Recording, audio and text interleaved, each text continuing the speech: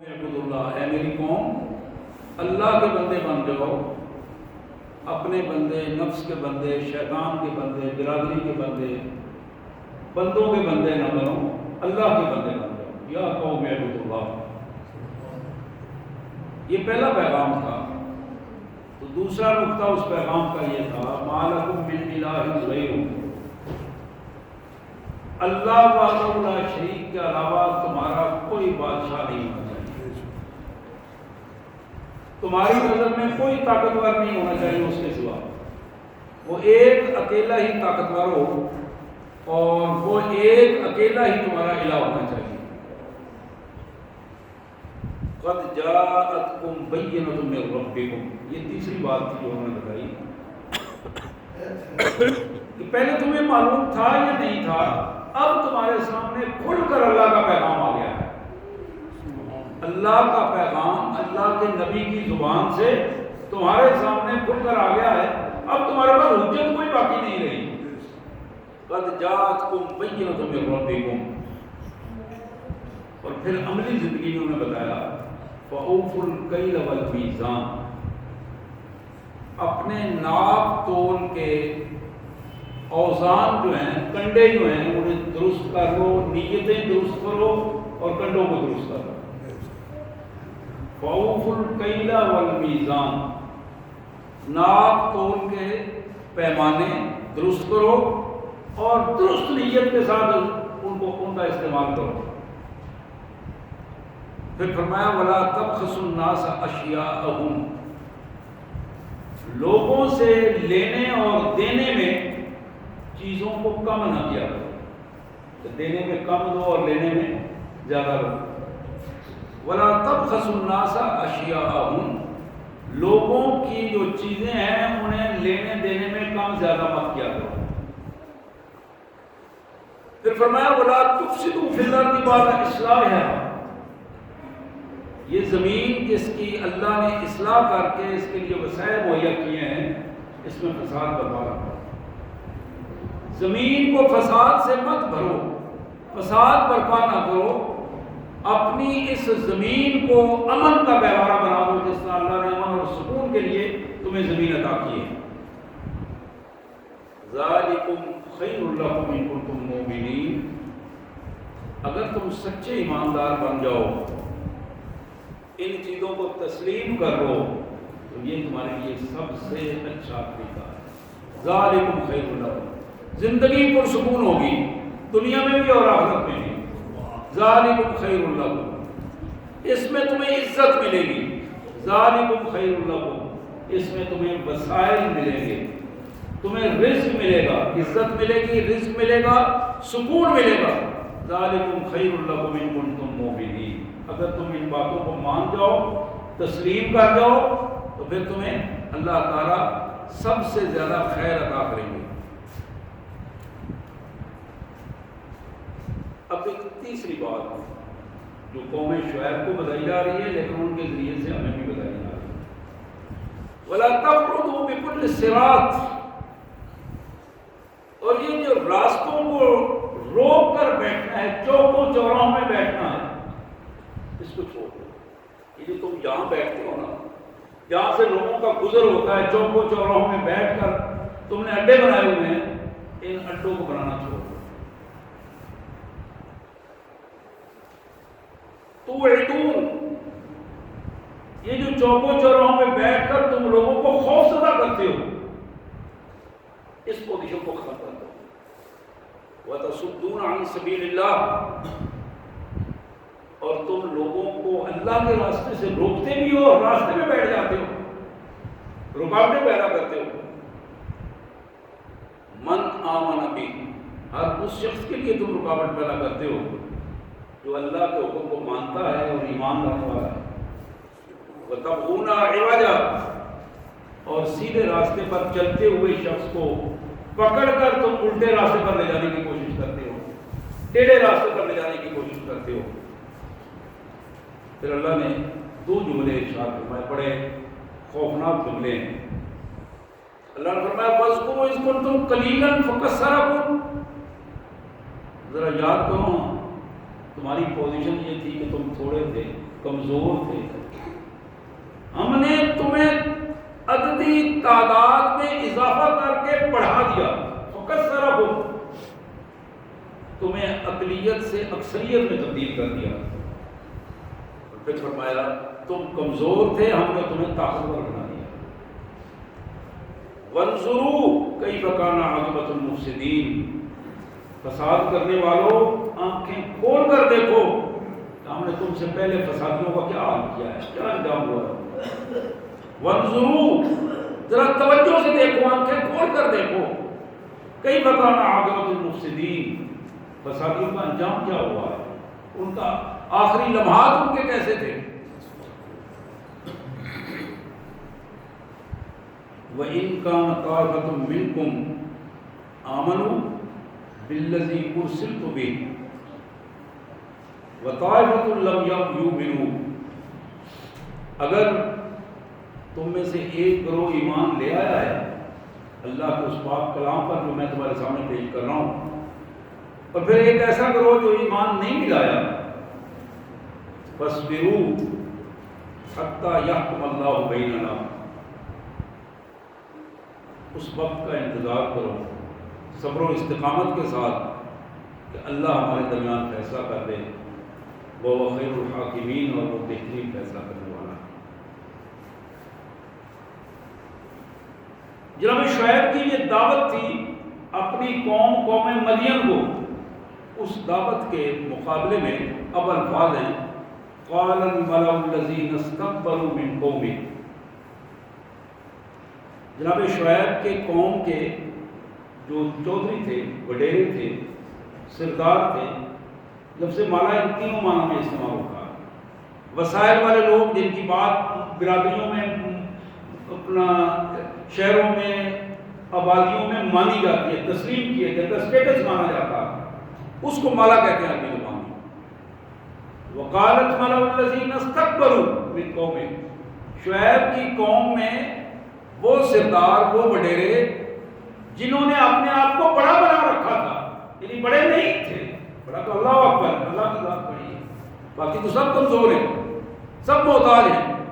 لیکن یہ اپنے آپ کو بڑا بنا کر پیش کر رہے تھے قوم کے سامنے۔ انہوں نے کیا حکم صادر فرمایا، لَنُخْرِجَنَّكَ يَا شُعَيْبُ وَالَّذِينَ آمَنُوا مَعَكَ مِنْ قَرْيَتِنَا أَوْ لَتَعُودُنَّ فِي مِلَّتِنَا قَالَ أَوَلَوْ كُنَّا كَارِهِينَ۔ انہوں نے کہا شعیب یہ جو تم پیغام دے رہے ہو، اگر تم اس پیغام دینے سے باز نہ آئے تو پھر دو باتیں، ایک بات یہ ہے کہ ہم تمہیں اس بستی سے نکال دیں گے اور پھر تمہیں اس طرف نہیں آنے دیں گے اور سب کچھ چھین لیں گے، اور دوسری بات یہ ہے کہ تم توبہ کر کے واپس ہمارے ساتھ ہمارے حالات میں مل جاؤ اور ہماری چتراہٹ کو تسلیم کر دو، یہاں رہنا ہے تو جو کچھ ہم کہیں گے وہ تم نے کرنا ہے۔ جناب شعیب علیہ السلام نے ایک چھوٹا سا جملہ کہا، اولو کننا کارہین،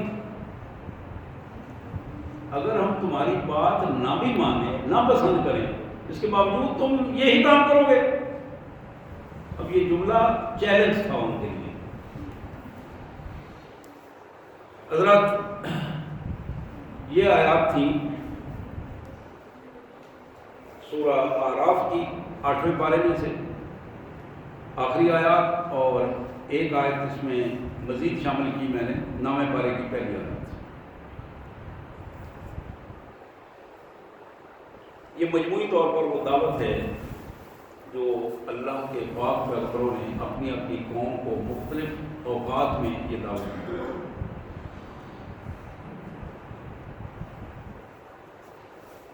اس دعوت کا پہلا نقطہ ہر پیغمبر کا ایک ہی رہا ہے، پہلا نقطہ، اور وہ پہلا نقطہ ایسا ہے کہ اس میں کسی بندے کے لیے ذرہ برابر، ایک بال برابر بھی گنجائش نہیں، ادھر ادھر کرنے کی گنجائش نہیں ہے، چھوڑنے کی گنجائش نہیں ہے، پیچھے ہٹنے کی گنجائش نہیں ہے۔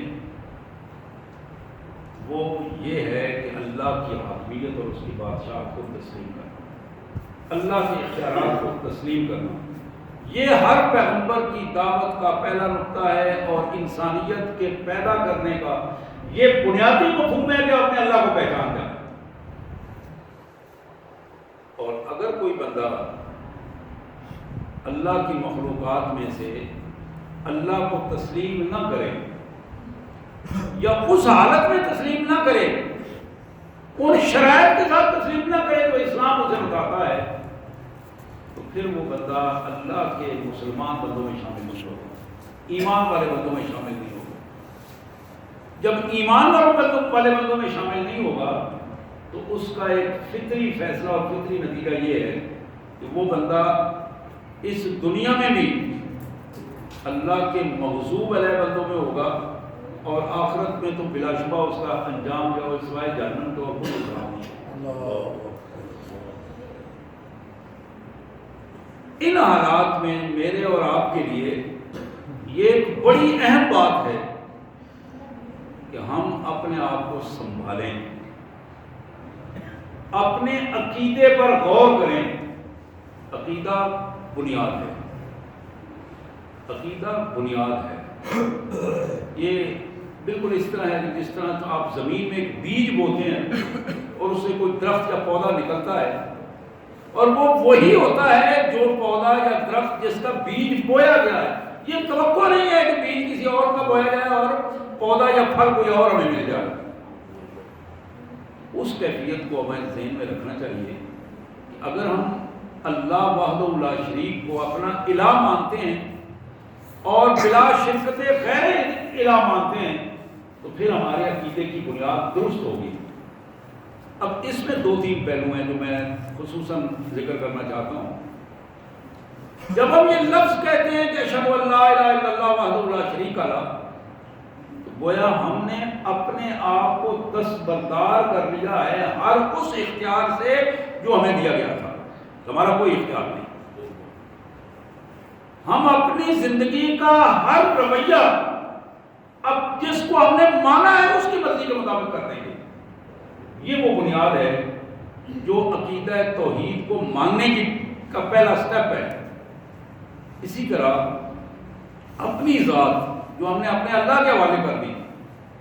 اب دنیا میں جب ہم نے اپنی ذات اپنے اللہ کے حوالے کر دی تو پھر دنیا میں کوئی ایسا رشتہ نہیں، کوئی ایسا تعلق نہیں، کوئی ایسا کاروبار نہیں، کوئی ایسا مفاد نہیں، کوئی ایسا تعصب نہیں اور کوئی ایسا تحفظ نہیں جس کی بنیاد پر ہمارا عقیدہ توحید کے وہ خرابی کا شکار ہو.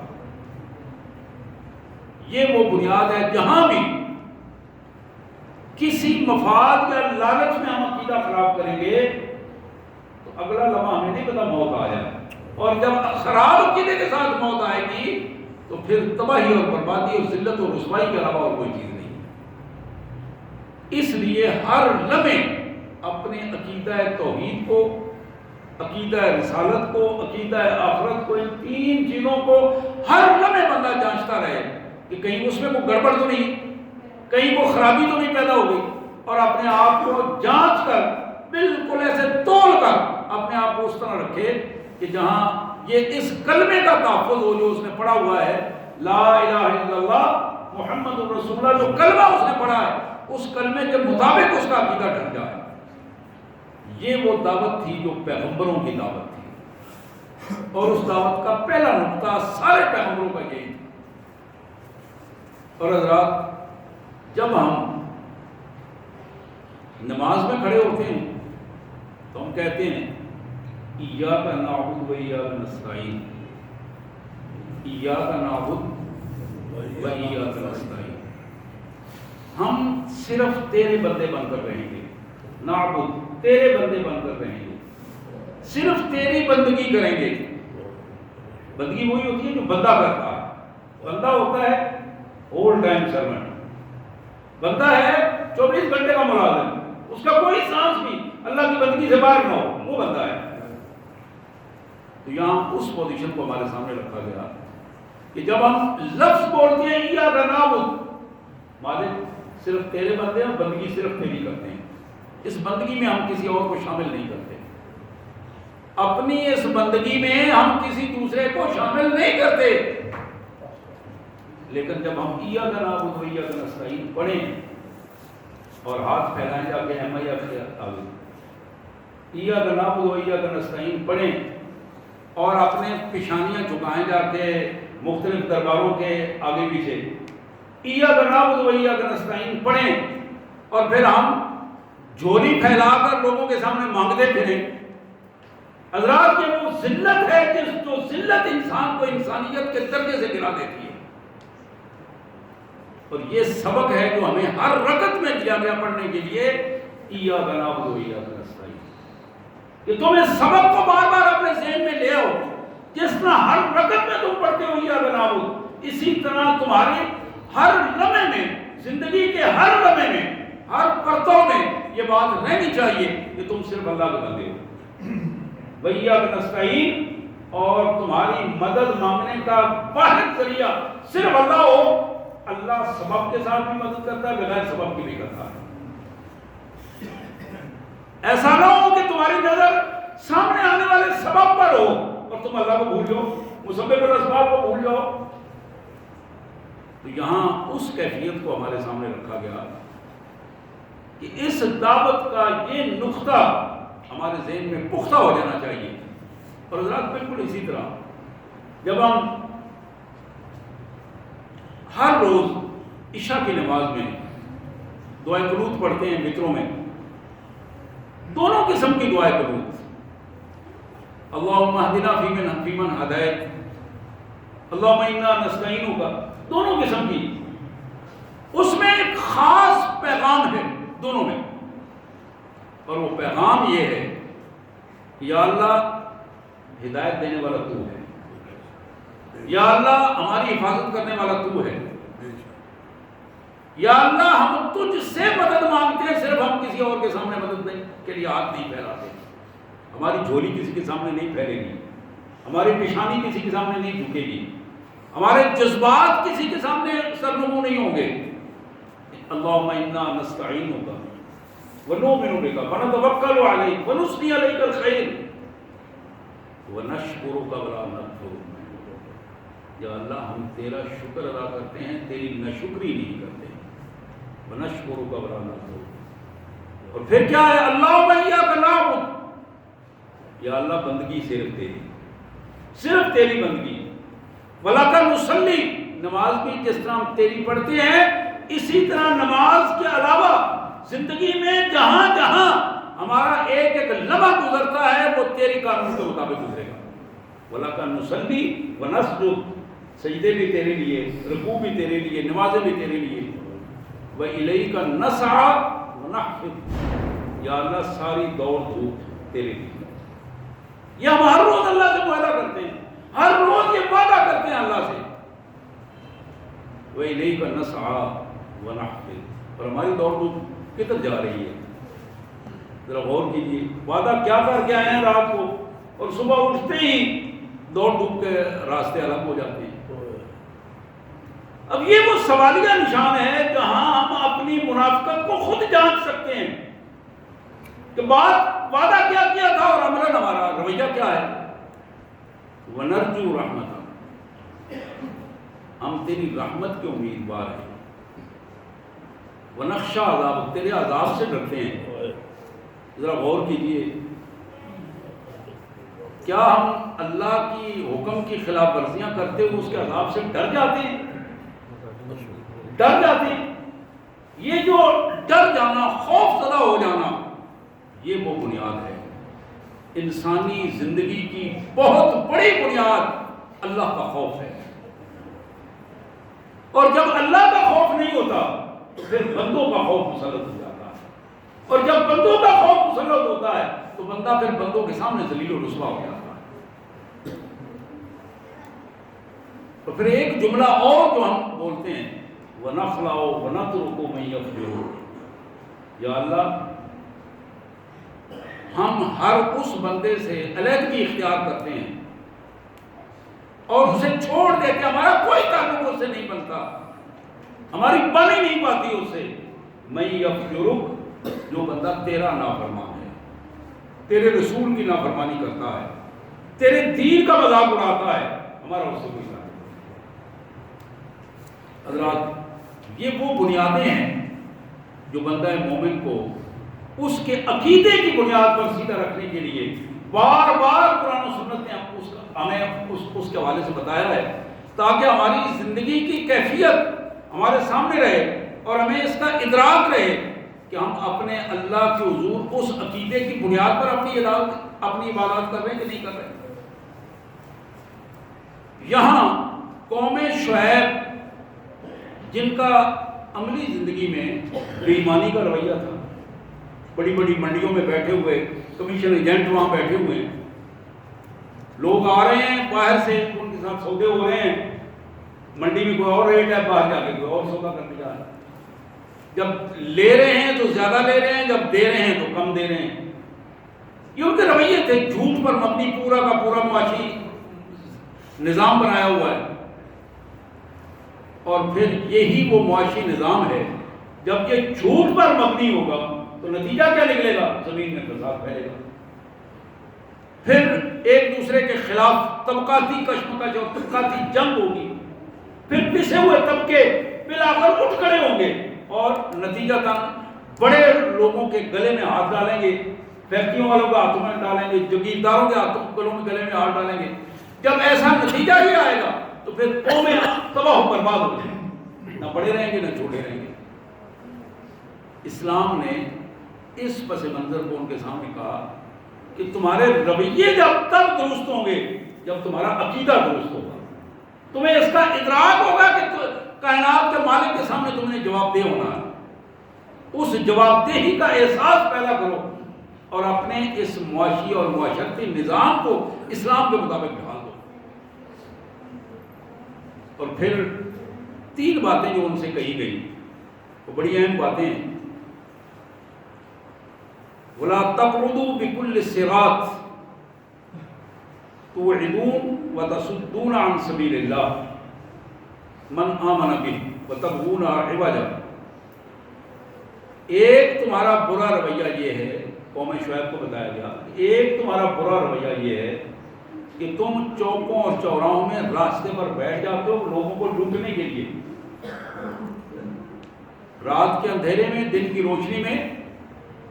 جہاں لوگوں کی جیبیں ٹٹول کر ان کا مال لے کر انہیں لوٹتے ہو، وہاں تم ان کے ایمان کے ڈاکو بھی بن گئے ہو۔ جہاں دولت لوٹتے ہو وہاں ان کا ایمان بھی تم لوٹتے ہو۔ جہاں معاشی طور پر انہیں کنگال کر دیتے ہو وہاں نظریاتی طور پر تم نے ان کا کباڑہ کر دیا، یعنی پوری کی پوری زمین فساد سے بھر دی ہے۔ راستے کو روکنا اور راستے کا حق کے راستے پر بیٹھ کر روکنا اور اس میں برائیاں پیدا کرنا اور پھر اس راستے سے روک کر اپنے چھوٹے چھوٹے مفادات کو حاصل کرنا، یہ وہ ذلت و رسوائی کا مقام ہے جو جب قوموں میں یہ رویے پیدا ہو جاتے ہیں تو پھر وہ قومیں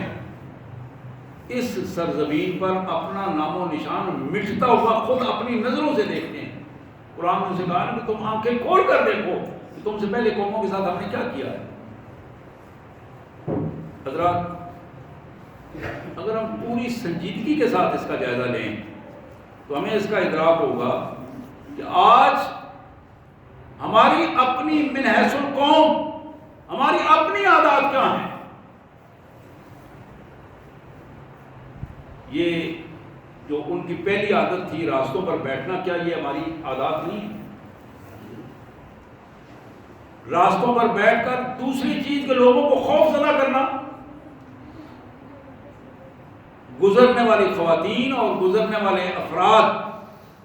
جو امن اور سکون کے ساتھ اطمینان کے ساتھ وہاں سے نہ گزر سکیں، بے حیائی والی نظروں کا پیچھے لگنا، یہ بذات خود ان کی عزت اور عفت معافی کی کے اوپر سوالیہ نشان بن جاتا۔ تو یہاں انہیں بتایا گیا کہ تم یہ جو حرکت کرتے ہو، اور پھر ان کے حوالے سے جو ہمیں بتایا گیا کہ آج ہماری آبادیوں کے گلی محلے کے جو چوک ہیں اور پھر ان میں بعض جگہ پہ تو نوجوان بیٹھتے ہیں اور بعض راستوں کو روکنے والے 40 سے اوپر کے بزرگ بھی ہیں، وہاں اسی کیفیت میں بساتیں بچھائی ہوئی ہیں اور کھیلیں ہیں، کارٹ چل رہے ہیں، چوروں کے اندر،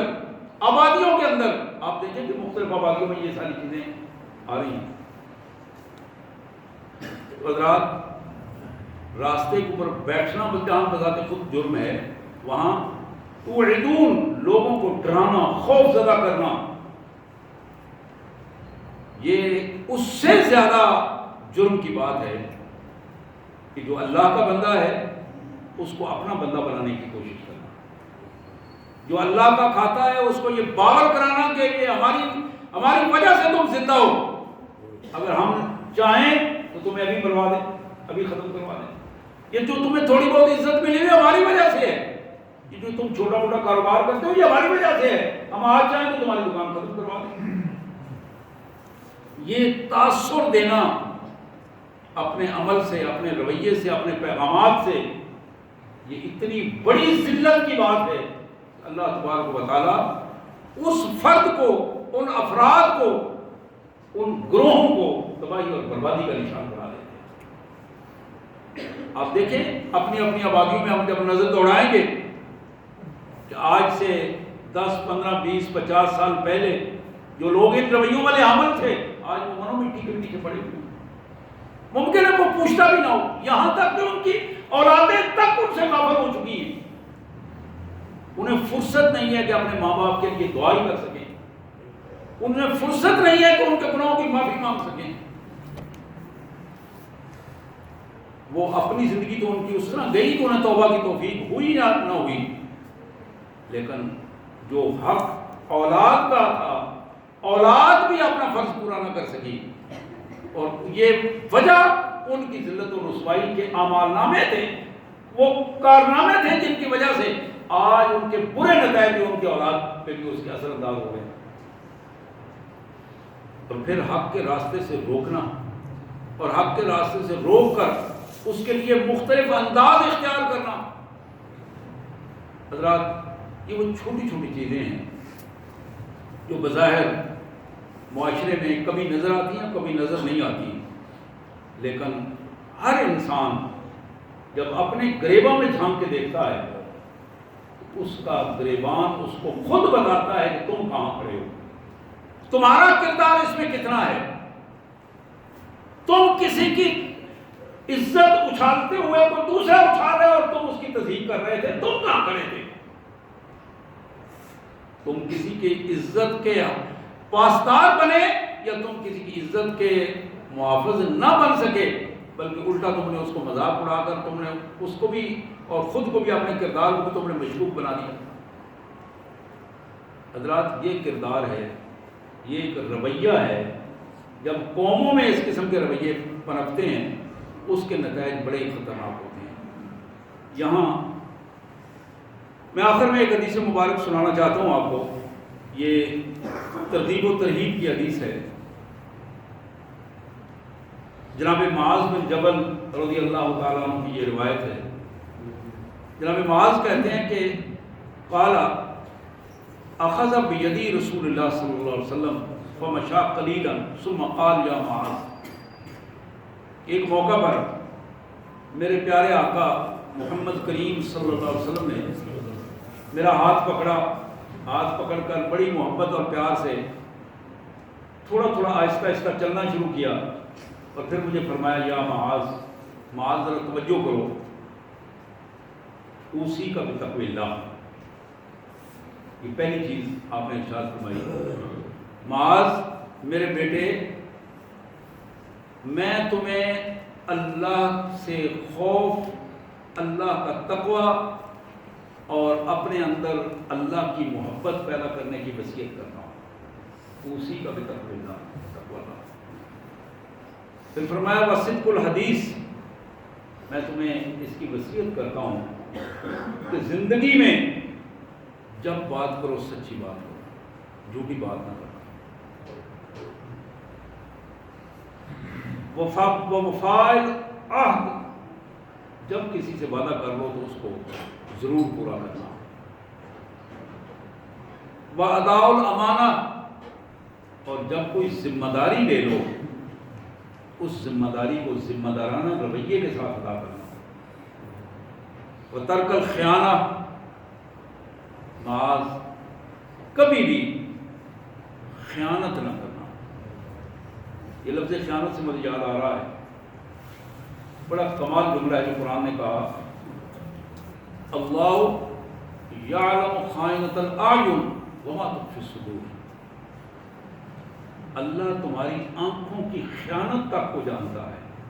اللہ تمہاری آنکھوں کی خیانت تک کو جانتا ہے، اور جو